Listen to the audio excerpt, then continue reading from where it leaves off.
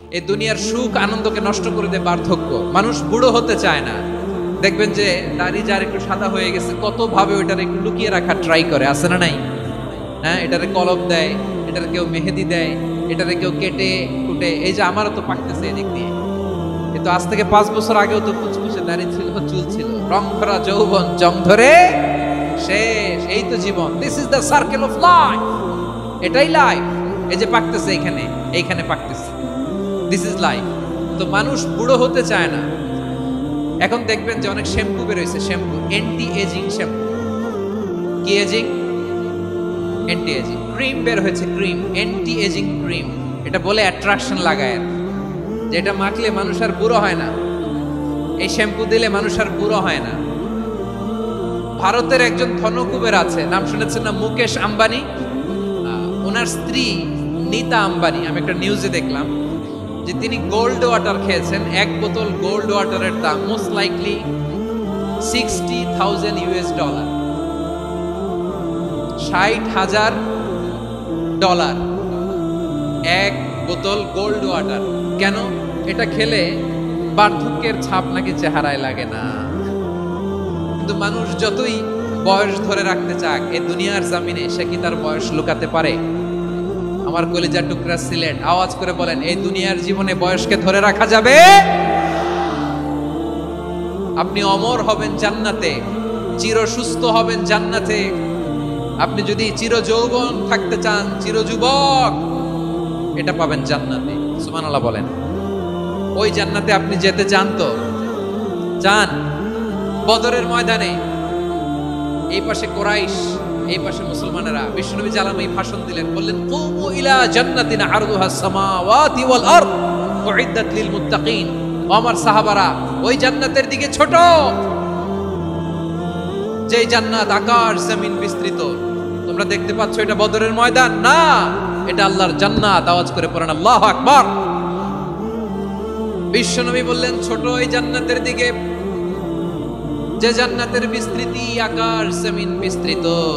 বিশ্বনবীর এই কথা শোনার পরে এক আনসারী সাহাবী সাইয়েদনা উমাইর ইবনুল হুমাম রাদিয়াল্লাহু তাআলা আনহু খেজুর খাচ্ছিলেন। তিনি বিশ্বনবীর দিকে তাকিয়ে কথা শুনছেন আর খেজুর খাচ্ছেন। যখন বিশ্বনবী বললেন জান্নাতের দিকে ছোট, যে জান্নাত আকাশ জমিন বিস্তৃত, বিশ্বনবীর কথা শোনা মাত্র সাইয়েদনা উমাইর ইবনুল হুমাম বললেন, বাহ বাহ। কি বললেন? বাহ বাহ মানে চমৎকার, মাশাআল্লাহ, চমৎকার। আমরা ইদানিং কালে চমৎকার কিছু দেখলে ইংরেজিতে বলে ফেলি না, ওয়াও ওয়াও, বাহ বাহ, মাশাআল্লাহ। বিশ্বনবী বললেন, মা ইয়াহমিলুকা আলা কওলিকা বাহ বাহ ইয়া উমাইর। ও উমাইর, আমার এই কথা শুনে তুমি কেন বললা বাহ বাহ, চমৎকার চমৎকার কেন বললা? সাইয়েদনা উমাইর ইবনে হুমাম রাদিয়াল্লাহু তাআলা আনহু বললেন, ইয়া রাসূলুল্লাহ, আপনার এই কথা শুনে আমি বড্ড খুশি হয়েছি, আর আমি প্রত্যাশা করছি আমি যদি ওই জান্নাতের মালিক হতে পারি তাহলে কতই না ভালো হতো। সুবহানাল্লাহ বলেন। বিশ্বনবী বললেন, ছোট এই জান্নাতের দিকে, যে জান্নাত আকাশ জমিন বিস্তৃত। আপনার এই চমৎকার মুখনিসৃত কথা শুনে আমার হৃদয়ের মধ্যে জান্নাতি হওয়ার বাসনা জেগে উঠলো, এজন্য বলেছি বাহ বাহ, আমি যদি ওই জান্নাতে যেতে পারতাম কতই না ভালো হতো।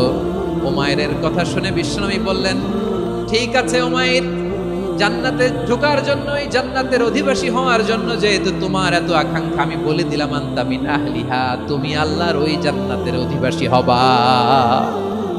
যাও উমাইর, তুমি ওই জান্নাতের অধিবাসী, ওই জান্নাতে তুমি ঢুকবা, তুমি জান্নাতি। তার মানে সহজ কথায় তুমি জান্নাতি। সুবহানাল্লাহ বলেন।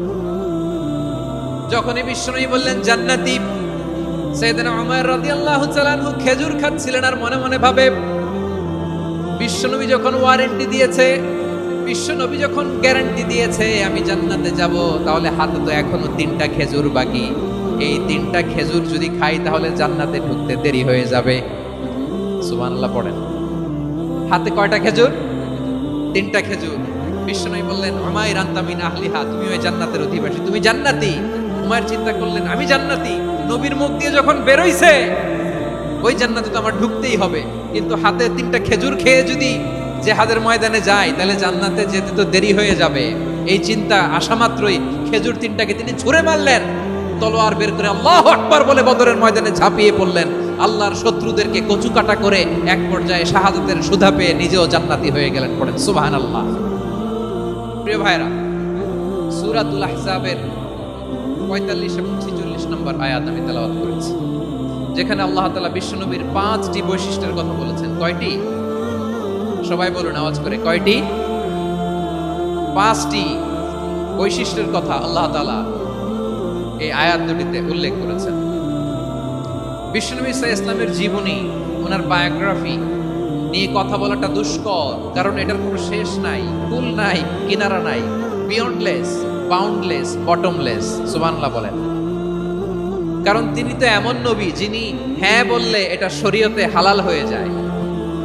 নবীর মুখ দিয়ে যদি বের হয় হ্যাঁ, নাম, ইয়েস, তাহলে এটা হালাল। ঠিক কিনা বলেন? এ নবীর মুখ দিয়ে যদি না বের হয় যে না, নো, তাহলে এটা শরীয়তে হারাম হয়ে যায়। কেমন নবী আমরা পেয়েছি, যিনি হ্যাঁ বললে হালাল, না বললে হারাম, যিনি সাব্বাবা, এই আঙ্গুলি উপরের দিকে উঁচু করলে চাঁদ ভেঙে 2 টুকরা হয়ে যায়, যে নবী জমিন থেকে পা উঁচু করলে আল্লাহর আরশে মেরাজে চলে যায়, এমন নবীর উম্মত আমরা হয়েছি। যে নবীকে বাদ দিলে কোরআন বোঝা যায় না, কারণ এ নবীর উপরই কোরআন নাজিল করেছে কে? এ নবীকে বাদ দিলে হাদিস বোঝা যায় না, কারণ হাদিস তো এ নবীর মুখনিসৃত পবিত্র বাণী। সুবহানাল্লাহ পড়েন। এ নবীকে বাদ দিলে জান্নাত চিনা যায় না, কারণ জান্নাত তিনি চাক্ষুষ দেখে এসে আমাদেরকে মেরাজ শেষে বর্ণনা করে শুনিয়েছেন। এ নবীকে বাদ দিলে জাহান্নাম চেনা যায় না, এ নবীকে বাদ দিলে আমার রবকে চেনা যায় না। ঠিক কিনা বলেন? তো বিশ্বনবীর 5টি বৈশিষ্ট্যের কথা আল্লাহ তাআলা এই সূরাতে উল্লেখ করেছেন। আল্লাহ রাসূল সাল্লাল্লাহু আলাইহি ওয়াসাল্লাম যখন মক্কাতে দাওয়াত দিচ্ছিলেন, মক্কার কুরাইশরা নানাভাবে বিষ্ণু ইসা ইসলামকে কষ্ট দিচ্ছিল, নানাভাবে ট্যাগিং করছিল, মিথ্যা অপবাদ দিচ্ছিল। কখনো কখনো তারা বিশ্বনবীকে বলছিল মিথ্যাবাদী, কাযযাব। কখনো বলছিল যে তুমি হচ্ছে জাদুকর, সাহির। কখনো বলেছে শায়ের, মুহাম্মদ তুমি কবি। কখনো বলেছে কাহেন, মুহাম্মদ তুমি গণক। এবং কখনো বলেছে মুহাম্মদ তুমি হচ্ছে মাজনুন, মানে পাগল। আওয়াজ করে সবাই পড়ুন নাউযু বিল্লাহি মিন যালিক। তাহলে বিশ্বনবীকে মৌলিকভাবে এই 5টি অপবাদ দিয়েছে। আমার কলেজের টুকরা সিলেটের ভাইরা, বিশ্বনবীর ব্যাপারে মিথ্যা অপবাদ মৌলিকভাবে দিয়েছে কয়টি? 5টি। বলেছে তুমি মিথ্যাবাদী, বলেছে তুমি গণক, তুমি কবি, তুমি পাগল, তুমি জাদুকর। বিশ্বনবীকে যে 5টি অপবাদ দেয়া হলো, আল্লাহ তাআলা এটা সহ্য করেননি। এই 5টি অপবাদের বিপরীতে আল্লাহ তাআলা বিশ্বনবীর 5টি চমৎকার বৈশিষ্ট্য উল্লেখ করে সূরাতুল আহজাবের 2টি আয়াত নাজিল করেছেন। আওয়াজ করে পড়েন আল্লাহু আকবার। 5টি চমৎকার বৈশিষ্ট্য সূরাতুল আহজাবের ভেতরে রব্বুল আলামিন উল্লেখ করে আমাদেরকে জানিয়ে দিচ্ছেন, ইয়া আইয়ুহান নাবিয়্যু ইন্না আরসালনাকা শাহিদান ওয়া মুবাশশিরান ওয়া নাযীরা ওয়া দাঈয়ান ইলাল্লাহি বিইذনিহি ওয়া সিরাজাম মুনীরা। পড়েন আল্লাহু আকবার। রব্বুল আলামিন ডেকে বলেন, ও নবী, নিশ্চয় আমি আপনাকে সাক্ষ্যদাতা রূপে প্রেরণ করেছি, সুসংবাদদাতা রূপে প্রেরণ করেছি, সতর্ককারী রূপে প্রেরণ করেছি, আল্লাহর দিকে আহ্বানকারী রূপে প্রেরণ করেছি, আর আলো দানকারী চেরাগ রূপে, প্রদীপ রূপে প্রেরণ করেছি। পড়েন সুবহানাল্লাহ। 5টা বৈশিষ্ট্য। 1 নম্বরে আল্লাহ তাআলা বলেন, হে নবী, নিশ্চয় আমি আপনাকে সাক্ষ্যদাতা হিসেবে প্রেরণ করেছি। সাক্ষ্যদাতা, বিষ্ণু ইসা ইসলাম সাক্ষ্য দিবেন, এজন্য শাহিদ। শাহিদ মানে সাক্ষ্যদাতা। আওয়াজ করে বলুন, শাহিদ মানে কি? তিনি সাক্ষ্য দিবেন। মুবাশশির, 2 নম্বর বৈশিষ্ট্য হচ্ছে তিনি মুবাশশির। মুবাশশিরুম বিরাহমাতিল্লাহি ওয়া বিল জান্নাহ। তিনি আল্লাহর রহমতের সুসংবাদ দেন, তিনি আল্লাহর জান্নাতের সুসংবাদ দেন। সুবহানাল্লাহ পড়েন। 3 নম্বর বৈশিষ্ট্য হচ্ছে নাযীর, তিনি সতর্ককারী, ওয়ার্নার। তিনি সাবধান করতে এসেছেন, রিমাইন্ডার দিতে এসেছেন যে আল্লাহর পথে যদি না চলো, শিরকি কাজ যদি না থামাও, তাহলে এমন আযাব আসবে আল্লাহর পাকড়াও থেকে তুমি বাঁচতে পারবে না। তিনি নাযীর। বিষ্ণু ঈসা ইসলামের 4 নম্বর বৈশিষ্ট্য হচ্ছে দাঈয়ান ইলাল্লাহ, তিনি আল্লাহর দিকে আহ্বানকারী। এই যে আমরা আমাদেরকে পরিচয় দেই যে আমরা দাঈ, বলি না? বলি যে উনি হচ্ছেন একজন দাঈ ইলাল্লাহ।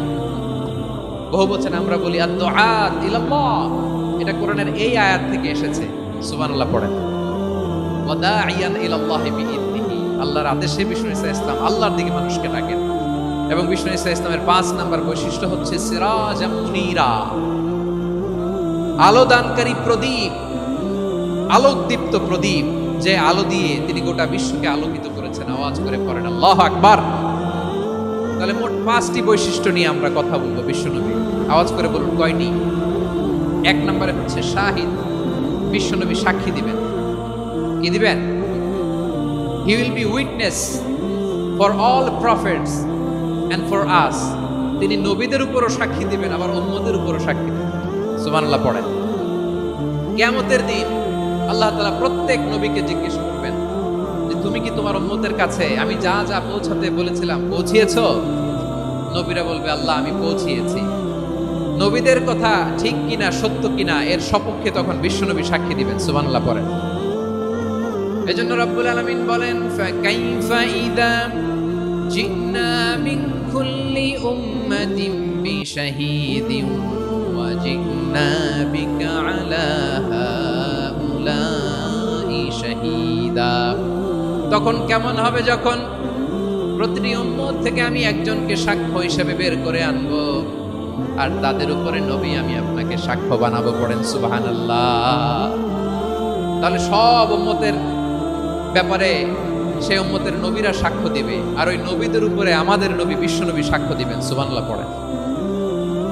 এজন্য বিশ্বনবী হচ্ছেন শাহিদ। শাহিদের আরেকটা ব্যাখ্যা হচ্ছে বিশ্বনবী সাল্লাল্লাহু আলাইহি ওয়াসাল্লাম আমাদের সাক্ষীর উপরে তিনি সাক্ষী দিবেন। তিনি নবীদেরও সাক্ষী, আবার আমাদের উপর উম্মতের উপরও সাক্ষী। সুবহানাল্লাহ পড়েন। রব্বুল আলামিন বলেন ওয়াকাযালিকা জাআলনাকুম উম্মাতান ওয়াসাতান লিতাকুনু শুহাদা আলান নাস ওয়া ইয়াকুনার রাসূলু আলাইকুম শাহীদা। আর অনুরূপভাবে আমি তোমাদেরকে মধ্যমপন্থী উম্মত হিসেবে তৈরি করেছি, প্রেরণ করেছি। ব্যালেন্সড উম্মাহ, মধ্যমপন্থী উম্মাহ হিসেবে প্রেরণ করেছি, যাতে করে তোমরা সবার উপরে সাক্ষ্য দিতে পারো, আর যাতে তোমাদের নবী হতে পারে তোমাদের উপরে সাক্ষ্যদাতা। পড়েন সুবহানাল্লাহ। আমরা হচ্ছি ব্যালেন্সড উম্মাহ, আমরা সবার ব্যাপারে সাক্ষ্য দিব, আর আমাদের উপর সাক্ষ্য দিবে স্বয়ং বিশ্বনবী। সুবহানাল্লাহ পড়েন। তাহলে আমাদের নবী নবীদের উপরও সাক্ষী, আমাদের উপরও সাক্ষী। সেই বুখারীতে এসেছে